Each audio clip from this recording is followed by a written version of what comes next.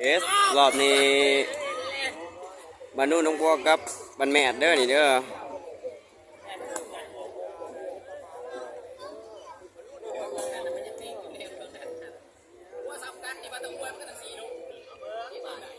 แล้วเบาจะมาไผ่เอาแม่เข้าหาซ้ำเลย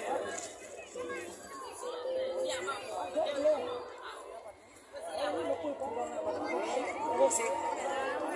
มันเด้งมากมือพี่ละพวกจอมัน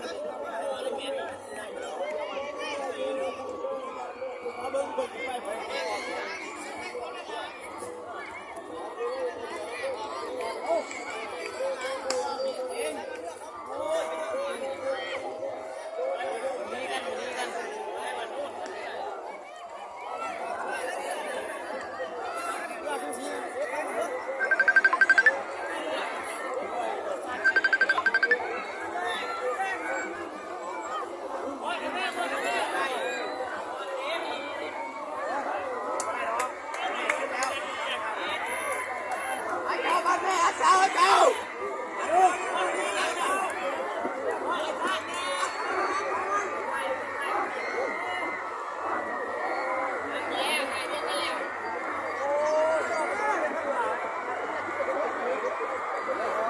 เอสบันแมดเล่นแม่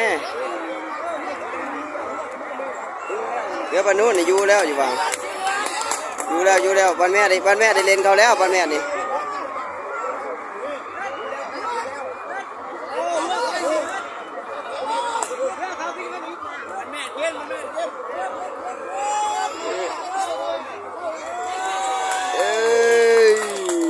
เซตบันแมดมาจักดี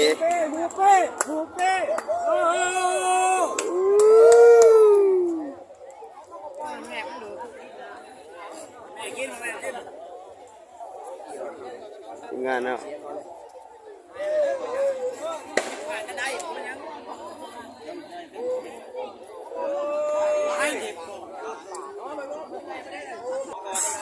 บ้านไหน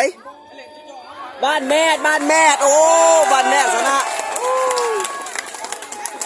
บ้านแม่เขาเซ็นใจก่อนจบคลิป